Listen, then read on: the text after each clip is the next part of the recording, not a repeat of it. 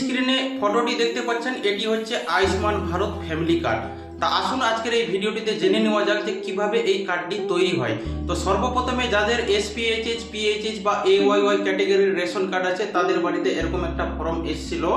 তো সেই ফর্মটাকে fill up করার পরে তার সাথে কিছু তথ্য আরও দিতে হয়েছিল, মানে আরও যে ডকুমেন্টসগুলো আছে। এবার এই ডকুমেন্টসগুলো পৌঁছে গেল আসার মাধ্যমে ব্লকে।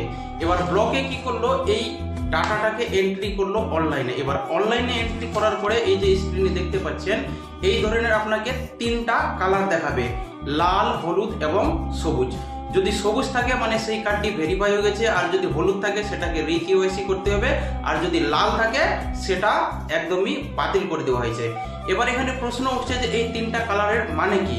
তো এর মানে হচ্ছে যে আপনার যে ডেটাগুলো গিয়েছে এই ডেটাগুলো যদি 50-এর নিচনে মানে 50%-এর নিচনে ম্যাচিং করেছে সেটা চলে গেছে আপনার লাল, মানে রেড হয়ে গেছে, ওটা মানে লাল করে দিয়েছে, বাতিল করে দিয়েছে। এবার 50 থেকে 70-এর মধ্যে যেগুলো ডেটা ম্যাচিং করেছে সেই ডেটাগুলোকে করে দিয়েছে হলুদ, মানে সেগুলো রিকেওয়াইসি করতে হবে।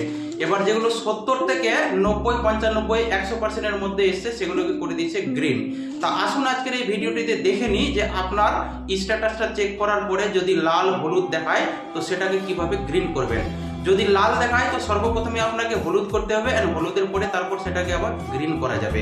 তা এই যে স্ক্রিনে দেখতে পাচ্ছেন এটা হচ্ছে লাল, যেটা আমি এখানে দেখতে পাচ্ছেন নেক্সট স্ক্রিনশট, এটাকে আমি হলুদ করেছি, মানে এটা কেওয়াইসি করেছি। এবার নেক্সট এটা যেটা দেখছেন হলুদের পরে এটা করেছি গ্রিন। তো এটা প্রথমে যেটা স্ক্রিনশট দেখলেন এটা হচ্ছে আমার ভাইয়ের, এবং নেক্সটটা হচ্ছে আমার ভাইয়ের ছেলের। তো আমি এগুলো নিজেই করেছি।